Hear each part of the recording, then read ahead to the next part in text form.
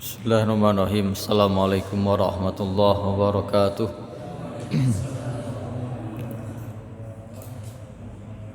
Innal hamdalillah nahmaduhu wa nasta'inuhu wa nastaghfiruh wa na'udzu billahi min syururi anfusina min sayyiati a'malina. May yahdihillahu fala mudhillalah wa may yudlil fala hadiyalah. Asyhadu an la ilaha illallah wahdahu la syarikalah wa asyhadu anna Muhammadan abduhu wa rasuluh la nabiyya ba'dah. Alhamdulillah, segala puji hanya bagi Allah atas segala nikmatnya, atas segala karunia-Nya. Semoga kita senantiasa bisa bersyukur kepada Allah Subhanahu wa taala atas segala anugerah, nikmat, karunia ini, taufik hidayah inayahnya. Semoga kita senantiasa menjadikan nikmat ini untuk berbuat ketaatan kepada Allah Subhanahu wa taala, menjalankan perintahnya dan menjauhi segala apa yang dilarang oleh Allah Subhanahu wa taala. Semoga amal ibadah kita diterima di sisi Allah Subhanahu wa taala. Amin ya rabbal alamin. Salawat dan salam kita sampaikan kepada Nabi kita Muhammad sallallahu alaihi wasallam. Semoga kita menjadi umat yang dicintai, yang dibanggakan, yang walaupun belum pernah melihat wajahnya, belum pernah mendengar suaranya langsung, kita mau mengimani, mau mengikuti, mau membela, mau menjadikan beliau sebagai panutan, sebagai pedoman dalam hidup kita. Semoga kita kelak mendapat syafaatnya di hari kiamat atas izin Allah Subhanahu wa taala. Amin ya rabbal alamin.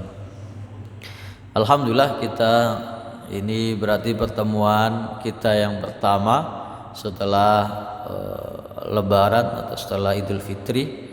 Semoga Allah Subhanahu wa taala menjadikan kita hamba-hamba yang bertakwa, menerima yang kita ucapkan itu kan taqabbalallahu minna wa minkum. Semoga Allah menerima amalan kita dan amalan kalian. Yang lebih kita fokuskan adalah bagaimana amal kita ini bisa diterima di sisi Allah Subhanahu wa taala. Kita bisa beramal dan bisa diterima karena ada pondasi yang kuat, bahwa kita mengenal adanya Tuhan dan kita percaya, meyakini akan adanya hari kebangkitan, dan kita mengikuti apa yang menjadi petunjuk dari Allah Subhanahu wa taala, aturan tata cara ibadah yang ini semua tidak bisa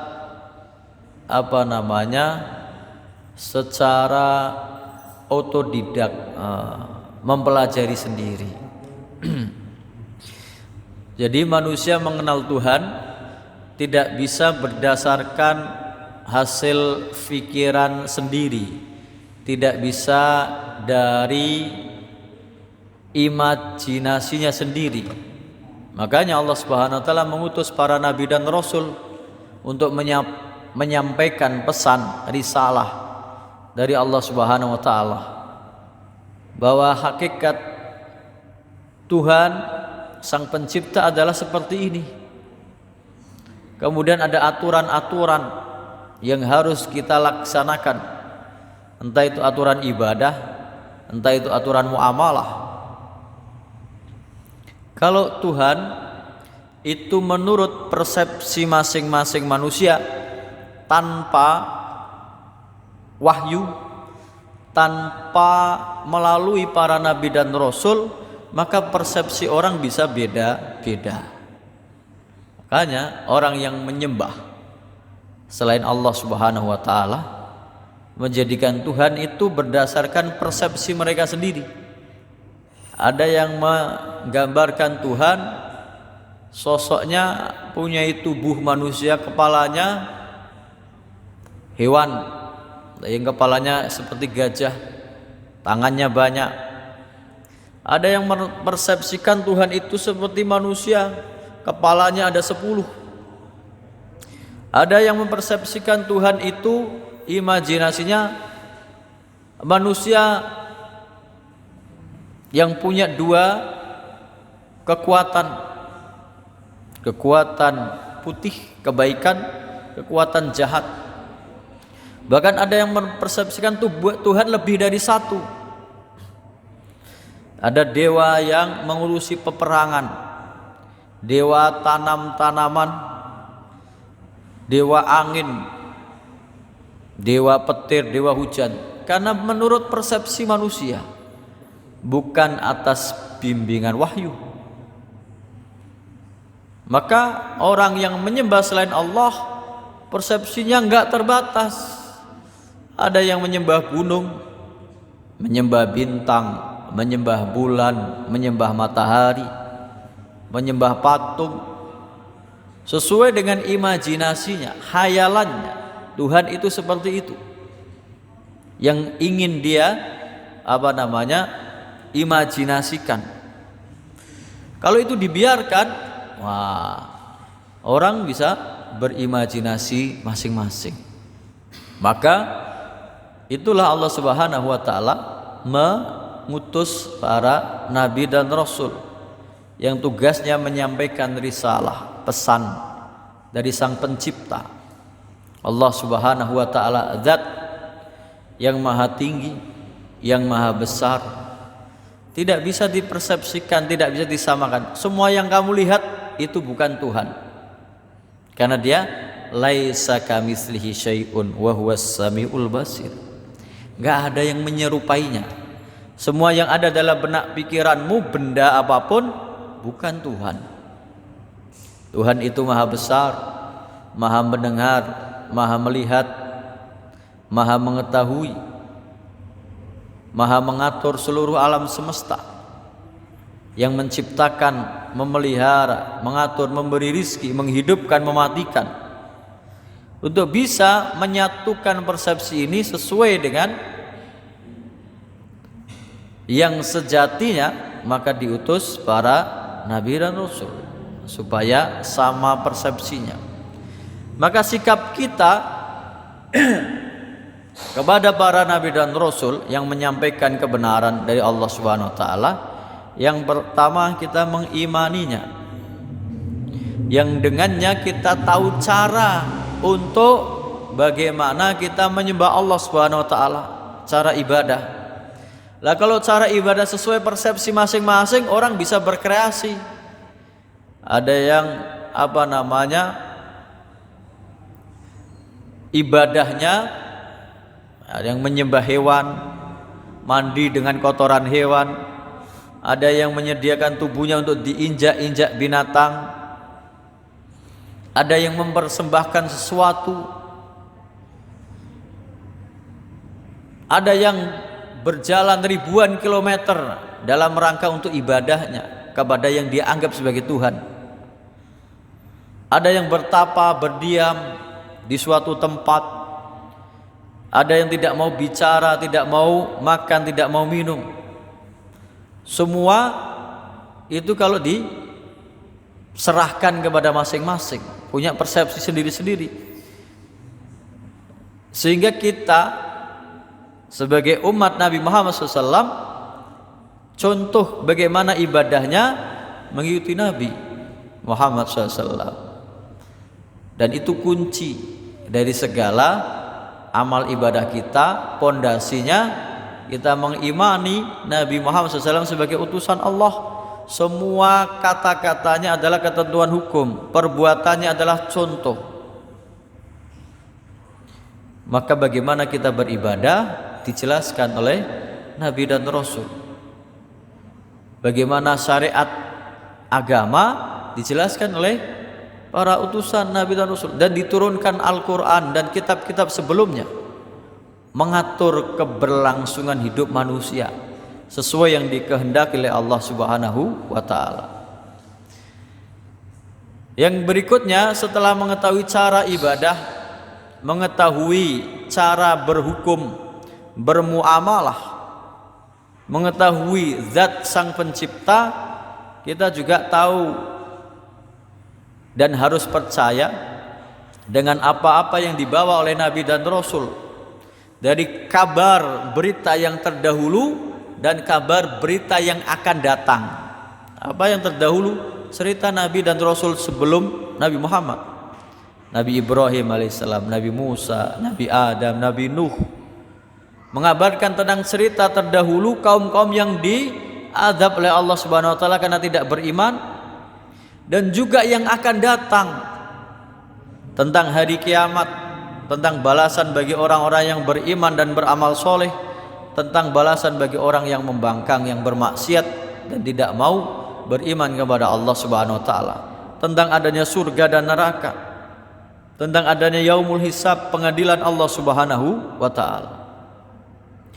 Maka diturunkanlah kitab-kitab kepada para nabi dan rasul untuk disampaikan kepada umatnya, yang mengatur kehidupan mereka, menjadikan akidah mereka benar, menjadikan ibadah mereka benar sesuai dengan yang digariskan oleh Allah Subhanahu wa taala. Dan kita pengikut Nabi Muhammad SAW mendapat karunia diturunkannya Al-Quran.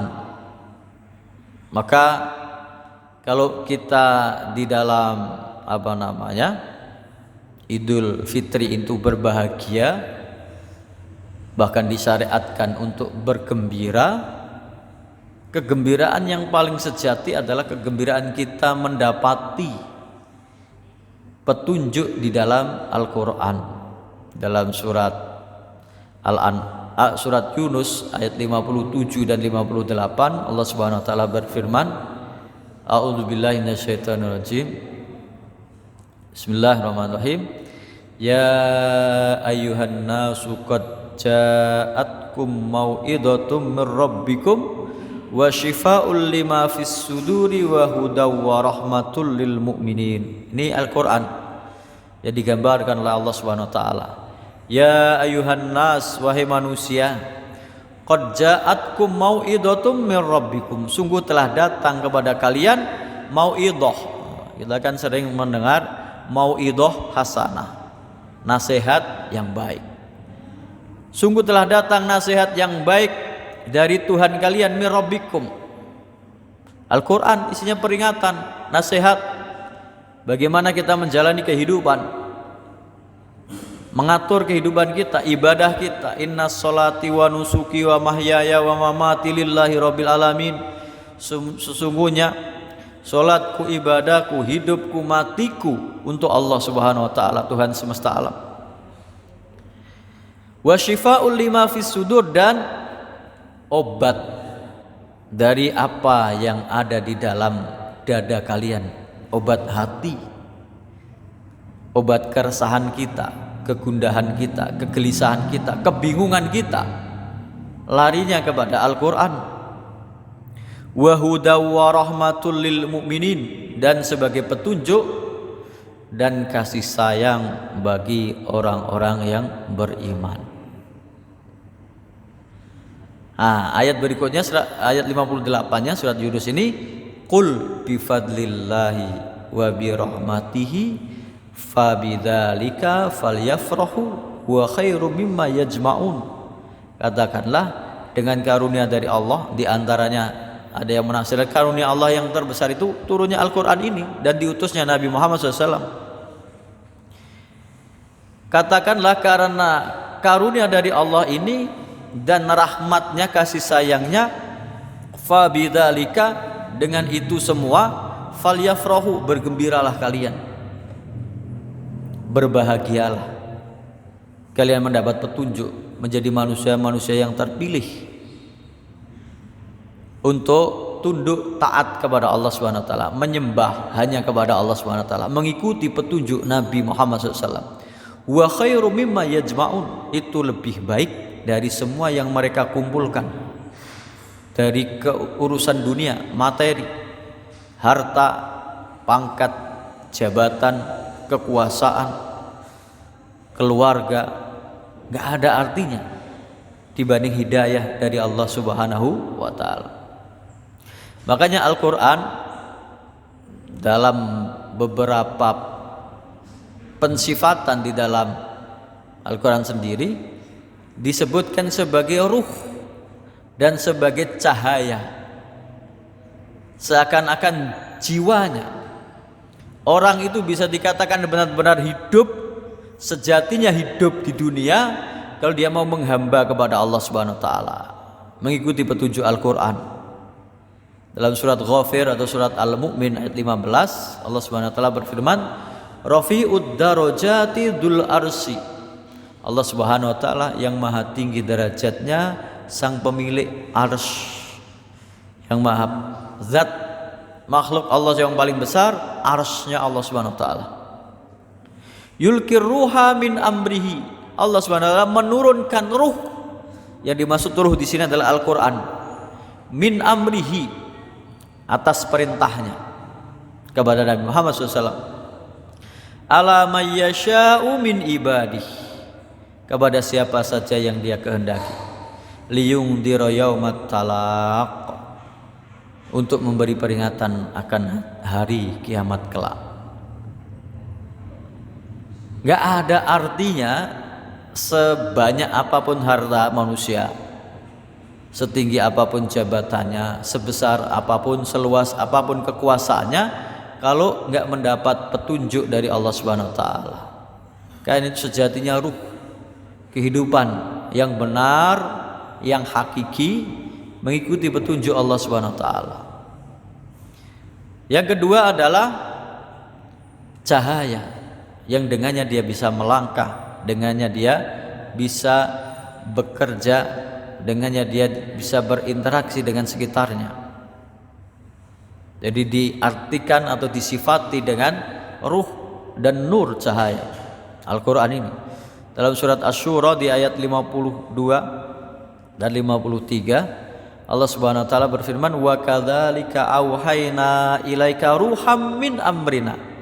Dan demikianlah kami wahyukan kepada engkau wahai Muhammad ruh. Al-Quran disebut ruh min amrina, atas perintah kami. Dengan ruh ini tadinya Nabi Muhammad SAW disifati dalam surat Ad-Duha, wad-duha wal laili idza saja ma wadda'aka rabbuka wa ma qala wa wajadaka dhallan fahada. Dan Allah mendapatimu dhalan, jangan diartikan sesat, tapi bingung. Nabi nggak tahu bagaimana cara menyembah Allah, meyakini Allah Maha Esa, tapi belum tahu cara menyembahnya, bagaimana syariatnya yang benar,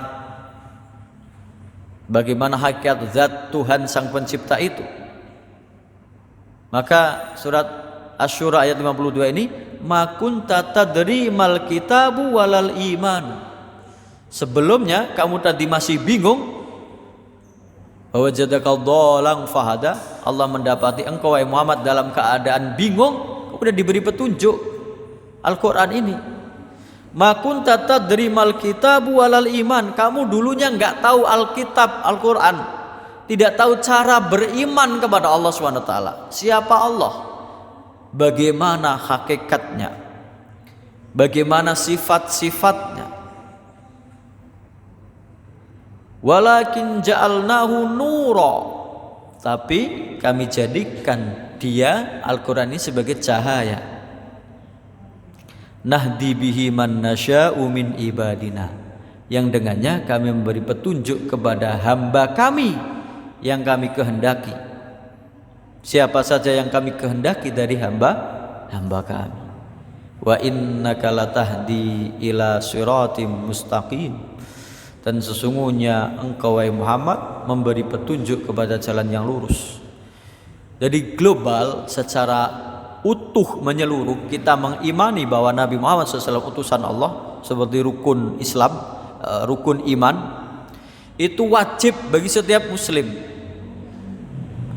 setiap mukmin, fardu ain, mengikuti, meyakini bahwa seluruh Al-Quran itu benar adanya, aturan dari Allah SWT, memahaminya, menjadikan dia sebagai pedoman hidupnya wajib. Tapi mengetahui rinciannya menjadi fardu kifayah, karena tidak semua orang bisa sampai mempelajarinya dengan tuntas. Apa itu siratal mustaqim? Siratil ladzi lahu ma fis samawati wa ma fil ard. Ala ilallahi tasirul umur. Yaitu jalan Allah, jalan menuju Allah Subhanahu wa taala, yang kepunyaannya semua yang ada di langit dan di bumi. Ketahuilah bahwasanya kepada Allah lah semuanya urusan akan dikembalikan.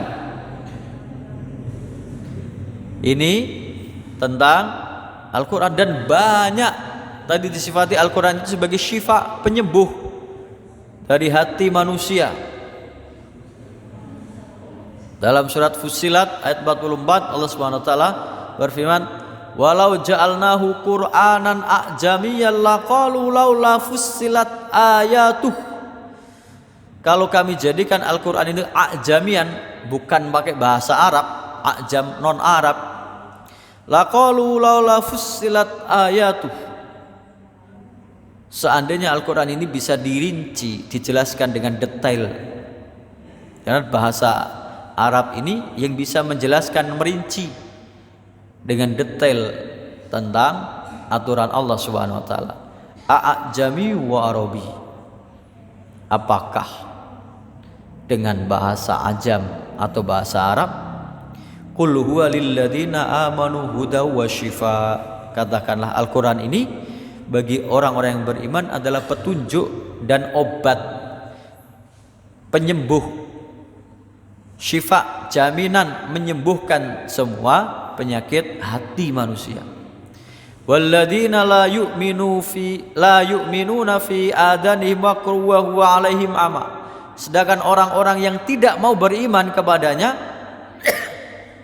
maka di dalam telinganya wakrun, ada sumbatan, penutup, gak bisa masuk ke dalam telinganya, tidak bisa memahaminya, tidak bisa mengimaninya.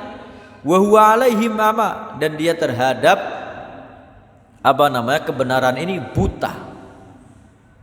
Ulaika yunadauna mim makanim ba'id. Mereka itu seperti dipanggil dari jarak yang sangat jauh, enggak nyampe panggilan kita kepada orang tersebut, kejauhan, karena dianya yang menjauh, tidak mendekat kepada Allah Subhanahu wa taala. Itu petunjuk, hudan. Kemudian nur, cahaya. Dalam surat Al-An'am ayat 122, awaman kana maitan fa ahyainahu wa ja'alna lahu nura yamshi bihi fin nasi kama mathaluhu fid dhulumati laisa bi kharijim minha kadzalika zuyyina lil kafirina ma kanu ya'malun. Apakah seperti orang yang mati, bangkai, ini orang yang tidak mendapat hidayah petunjuk dari Al-Quran yang disampaikan oleh para nabi dan rasul. Maka dengan Al-Quran ini kami berikan dia nyawa, ruh tadi, fa ahyainahu, kami hidupkan dia. Wa ja'alna lahu nura, kami jadikan baginya cahaya yang menerangi. Yamshi bihi fin nasi, yang dengannya dia berjalan di antara manusia. Bagaimana kita berperilaku ini ciri kita menjadi orang yang bertakwa kalau kita perilakunya mengikuti apa yang ada di dalam Al-Quran, berinteraksi dengan manusia, bermuamalah, berhukum, bernegara. Apakah sama orang yang mendapat petunjuk cahaya dengan Al-Quran ini? Kama mathaluhu fid dhulumati laisa bi kharijim minha. Apakah sama dengan orang yang dalam kegelapan tidak bisa keluar darinya? Orang dalam kegelapan kemanapun dia berjalan nabrak, karena nggak tahu jalan, gelap, nggak ada cahaya. Kadzalika zuyyina lil kafirina ma kanu ya'mal. Demikianlah dibuat baik, dipandang indah bagi orang-orang kafir itu apa-apa yang mereka lakukan di dunia. Jadi Al-Quran bagi seluruh orang Islam meyakininya sebagai sebuah kebenaran fardu ain. Tapi rinciannya, bagaimana dia memahami isi kandungan Al-Quran itu dengan rinci, maka itu fardu kifayah. Tidak semua orang bisa memahami, karena ada ayat-ayat mutasyabihat, ada ayat-ayat yang muhkamat, yang jelas, yang gamblang. Tapi hukum-hukum yang harus dia lakukan, dia harus memahaminya. Setiap hari dia sholat 5 waktu, harus tahu ilmunya. Bulan puasa dia harus berpuasa, Ramadan dia harus tahu cara puasa, hal-hal yang membatalkan syarat sahnya. Ini Al-Quran yang sebagai cahaya. Orang yang menolak Al-Quran akan menjadi sesat, akan menjadi jauh, akan menjadi buta. Fir'aun ini ketika Nabi Musa alaihissalam menjelaskan tentang peringatan Allah Subhanahu wa taala, diperingatkan untuk berdakwah kepada Fir'aun, maka menjelaskan tentang petunjuk ini, Allah Subhanahu wa taala berfirman dalam surat Thaha ketika Allah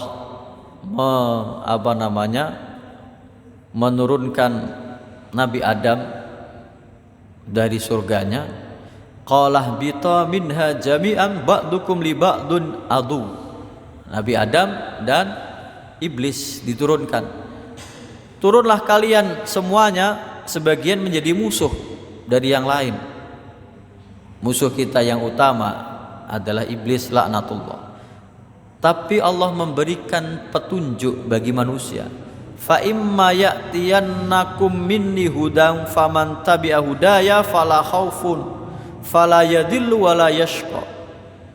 Nanti keturunannya anak Adam, kalau datang kalian petunjuk dari kami, maka siapa yang mengikuti petunjuk itu maka dia tidak akan sesat, tidak akan sengsara di dunia dan akhiratnya. Tapi barang siapa yang berpaling, menolak kebenaran, wa man a'rada an dzikri fa inna lahu ma'isyatan dhanka wa nahsyuruhu yaumal qiyamati a'ma. Dan barang siapa yang berpaling dari mengingatku, dari peringatanku, dari Al-Quran, fa inna lahu ma'isyatan dhanka, baginya kehidupan yang sempit, dunia yang selapang ini sempit baginya. Wa nahsyuruhu yaumal qiyamati a'ma, kami kumpulkan kelak di hari kiamat buta. Maka orang ini protes, ya Allah, qala rabbi lima hasyartani a'ma wa qad kuntu basira. Ya Allah, ya Tuhan kami, kenapa engkau kumpulkan kami dalam keadaan buta, padahal dulunya kami di dunia melihat, bisa melihat. Qala kadzalika atatka ayatuna fanasitaha fakadzalikal yauma tunsa. Demikianlah ketika datang ayat-ayat kami Al-Quran kepada kalian, kepadamu, fanasita, kamu melupakannya. Wa kadzalikal yauma tunsa, balasannya hari ini kamu dilupakan oleh Tuhan kalian.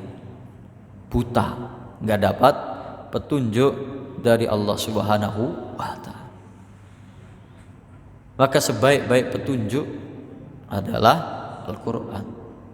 Ucapan kelak yang diucapkan orang yang masuk surga, yang ini ciri orang-orang yang amalnya diterima, berarti amalnya diterima, dosanya diampuni, dimasukkan ke dalam surga.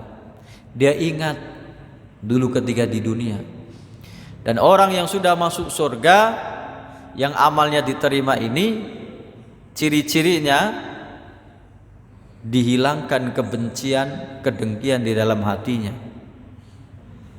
Maka ciri amal kita diterima diantaranya lepas kemarahan, dendam, iri hati, dengki.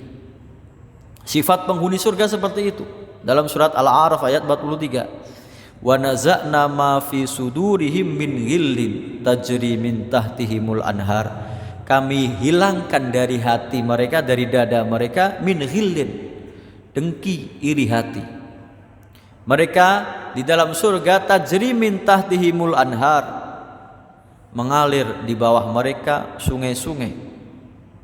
Apa ucapan penghuni surga? Wa qalul hamdulillahilladzi hadana lihada wa ma kunna linahtadiya laula an hadanallah. Mereka mengucapkan alhamdulillah, segala puji hanya bagi Allah yang telah memberi petunjuk kepada kami. Maka karunia yang terbesar adalah keimanan, kita diberi petunjuk oleh Allah Subhanahu wa taala. Alhamdulillahilladzi hadana lihada. Segala puji hanya bagi Allah yang telah menunjukkan kita kepada surga ini. Kita mau beribadah di dunia, mau berpuasa di bulan Ramadan, mau menjalankan sholat 5 waktu, menuju menggapai keridhaan Allah Subhanahu wa taala. Wa ma kunna linahtadiya laula an hadanallah, dan kita tidak akan dapat petunjuk kalau tidak diberi hidayah itu oleh Allah Subhanahu wa taala. Melalui siapa? Laqad ja'at rusulu rabbina bil haq. Sungguh telah datang utusan Tuhan kami dengan benar melalui para nabi dan rasul. Wa nudu, setelah sampai di depan surga, wa nudu antilkumul jannatu uristumuha bima kuntum ta'malun. Mereka diseru, dipanggil, itulah surga yang kalian akan mewarisinya karena amal kalian selama di dunia. Keistimewaan umat Nabi Muhammad SAW, kalau kita bandingkan dengan Nabi kita Muhammad SAW, Nabi yang paling mulia, Nabi yang penutup seluruh para Nabi dan Rasul, yang paling tinggi derajatnya. Kalau Nabi Musa alaihissalam itu misalnya di dalam Al-Quran, di dalam surat Toha, berdoa kepada Allah Subhanahu wa taala. Ini doa yang sering yang kita ucapkan untuk supaya dilapangkan hati kita, ya kan, kita berdoa qala rabbis shrahli sadri wa yassirli amri wahlul 'uqdatam min lisani. Ini kan doanya Nabi Musa alaihissalam. Ya Allah, lapangkanlah dadaku dan mudahkanlah urusanku, dan hilangkan keluh di lisanku, yafqahu qouli, supaya mereka bisa memahami ucapanku. Ini kan Nabi Musa diuji dengan hal itu, maka minta kepada Allah dilapangkan dadanya. Kalau Nabi Muhammad tidak, justru Allah yang sudah menjanjikan Rabbis shrahli sadri. Dalam surat Alam Nasrah laka sadr, bukankah sudah kami lapangkan dadamu? Wa wada'na anka wizrak, dan kami letakkan beban darimu. Kalau Nabi Musa itu harus meminta kepada Allah, Nabi Muhammad sudah diberi janji oleh Allah, alam nasrah laka sadra. Begitu diuji oleh Allah Subhanahu wa taala Nabi Musa, kenapa engkau terburu-buru wahai Musa untuk menghadapku? Nabi Musa menjawab, supaya engkau ridho ya Allah. Lima ajalaka ya Musa, apa yang menjadikan engkau, dalam surat Toha juga, wa ma ajalaka engkau mika ya Musa, kenapa engkau terburu-buru untuk menghadapku wahai Musa? Maka Nabi Musa menjawab, qalahum ulai ala asari wa ajiltu ilaika rabbi litarda. Aku bersegera menghadapmu ya Allah supaya engkau ridha. Ini Nabi Musa disuruh menghadap Allah 40 hari. segera menghadap kepadanya supaya engkau ridho. Apa janji Allah kepada Nabi Muhammad SAW dalam surat Wad-Duha? Wala sawfa yu'tika rabbuka fatarallah. Kelak Tuhanmu akan memberikan karunia yang sangat besar kepada engkau wahai Muhammad sampai engkau ridho. Kalau Nabi Musa harus bersegera menghadap Allah, diuji oleh Allah Subhanahu wa taala supaya ridho. Nabi Muhammad sudah dijanjikan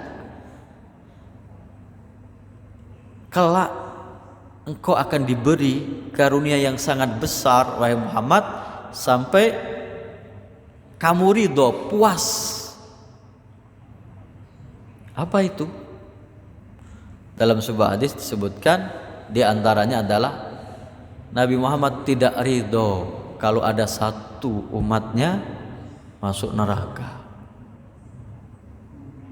Maka syafaat yang paling akhir, semua yang mengucapkan la ilaha illallah, yang di dalam hatinya ada sebiji dzarrah iman, dikeluarkan dari neraka.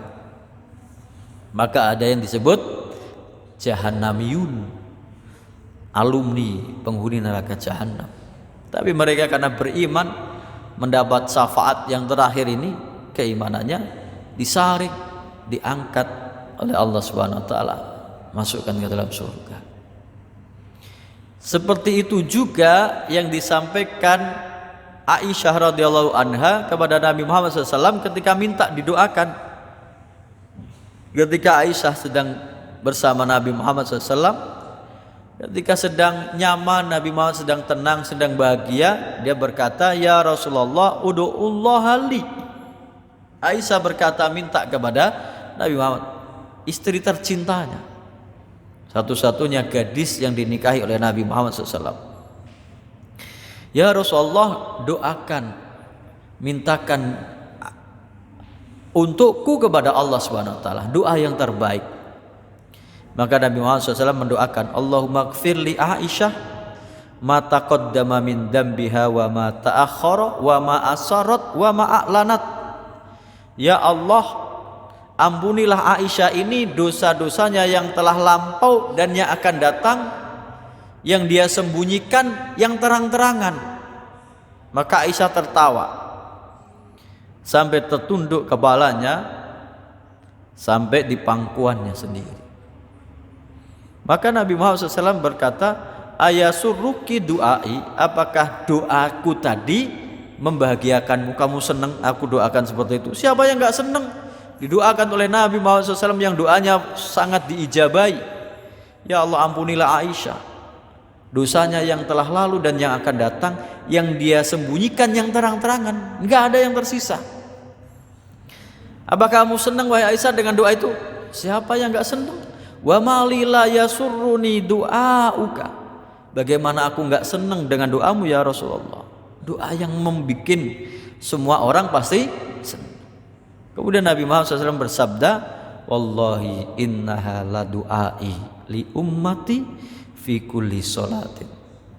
Demi Allah, itu adalah doaku kepada setiap umatku, enggak hanya kepada engkau, kepada setiap umatku. Fi kulli sholatin, setiap selesai sholat Nabi Muhammad SAW, atau di dalam sholatnya Nabi Muhammad SAW menjadikan umatnya ini didoakan untuk diampuni dosa-dosanya yang telah lampau dan akan datang. Siapa yang enggak bahagia dengan doa dari Nabi Muhammad SAW? Maka dengan Al-Quran ini kita menjadikan kehidupan kita berjalan sesuai dengan perintah Allah. Di surat Yusuf ayat 108 Allah Subhanahu wa taala berfirman, qul hadhihi sabili ad'u ilallahi wa manittaba'ani. Katakanlah, ini adalah jalanku, aku mengajak kalian kepada Allah Subhanahu wa taala. Ad'u ilallahi ala basiratin ana wa manittaba'ani wa subhanallahi wa ma ana minal musyrikin. Katakanlah, ini jalanku, aku mengajak kalian untuk menuju Allah, mendekatkan diri kepada Allah, ala basiratin, dengan pengetahuan, dengan ilmu yang ada padaku, yang ada dalam Nabi Muhammad SAW, wa manit taba'ani, dan orang-orang yang mengikutiku. Wa subhanallahi wa ma ana minal musyrikin, maha suci Allah dan aku tidak termasuk orang-orang yang musyrik. Nah, ini sudah tingkatan yang fardu kifayah, mengikuti Nabi, mendakwahkan agama yang benar ini dengan hikmah, dengan mau'izatil hasanah. Dalam surat An-Nahl, ud'u ila sabili rabbika bil hikmati wal mau'izatil hasanah. Ajaklah manusia untuk menuju jalan Tuhanmu dengan hikmah, dengan kebijaksanaan, dengan cara yang baik. Wal mau'izatil hasanah, dengan nasihat yang baik. Kalau tidak bisa, wajadilhum billati hiya ahsan. Kalau harus berdebat, debatlah mereka dengan cara yang baik, bukan debat kusir, bukan bertengkar, bukan dengan caci maki. Inna rabbaka huwa a'lamu biman dhalla an sabilihi wa huwa a'lamu bil muhtadin. Sesungguhnya Tuhanmu mengetahui orang-orang yang sesat dari jalannya, dan Dia Maha mengetahui orang-orang yang mendapat petunjuk. Nah, dengan mengikuti Nabi Muhammad SAW, meyakini kebenaran apa yang dibawa oleh Nabi Muhammad SAW, berjuang ikut membela risalah dakwah yang telah dibawa oleh Nabi Muhammad SAW, itulah kita menggapai keridhaan Allah Subhanahu wa Ta'ala. Ini awal kajian kita tentang akidah yang menjadi pondasi seluruh amalan kita. Semoga Allah Subhanahu wa Ta'ala menjadikan kita orang-orang yang diridhoinya, yang dirahmati, mendapat petunjuk dari Allah Subhanahu wa Ta'ala. Berapa menit lagi itu? Habis? Kita tutup dengan doa kafatul majelis. Subhanakallahumma wa bihamdika asyhadu an la ilaha illa anta astaghfiruka wa atubu ilaik. Assalamualaikum warahmatullahi wabarakatuh.